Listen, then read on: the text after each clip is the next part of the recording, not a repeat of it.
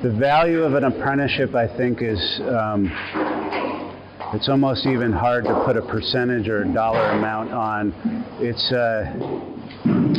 a value of education that you can't get in school. It's real-time work in the barns, in the atmosphere that you're going to be spending the rest of your career. And I think the biggest part of the relationship when you have a good mentor is you're learning to manage a business, you're learning to communicate with clients, you're learning to communicate with veterinarians.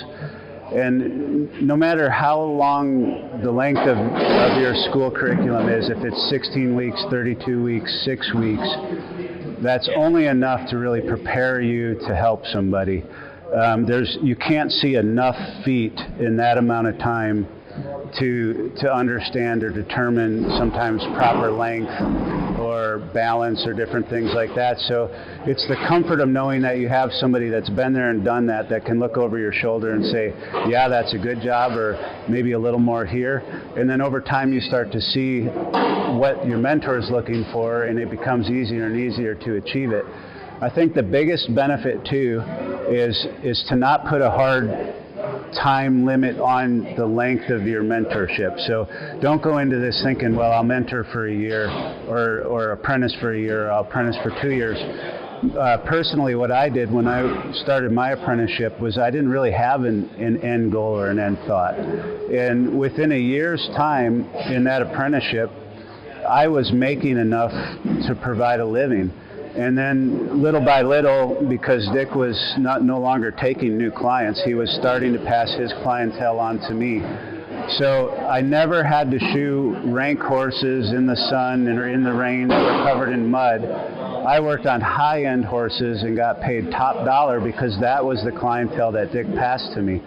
So I worked for Dick a total of maybe 4 years, and just kind of slowly phased the apprenticeship out and right into my own clientele. When you come out of a school, you have if you're not planning to go the route of an apprenticeship, you're looking at a year to 2 years to build a clientele. And in that time, you're going to work on a lot. You're going to have to weed out the dregs and the nasty horses and the clients that don't pay. And it makes better sense to have your mentor do that for you because they've already developed that reputation. So I think that's really I think we got to back ourselves up and slow ourselves down and take our time. I don't know statistically what the difference might be between those who have mentored and those who haven't. We had a conversation earlier today with some other farriers, and I feel like the farriers that we see that are shoeing after 5 to 10 years out of farrier school are the ones that took the time to do the apprenticeship.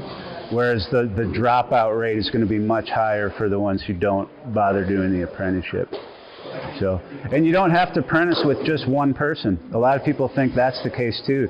You could ride with several different farriers, and Dick would always encourage me to do that. If there was a day he was slow, he would farm me out to work for somebody else, and I got to see how a lot of different things were done. So I definitely think that's a good idea.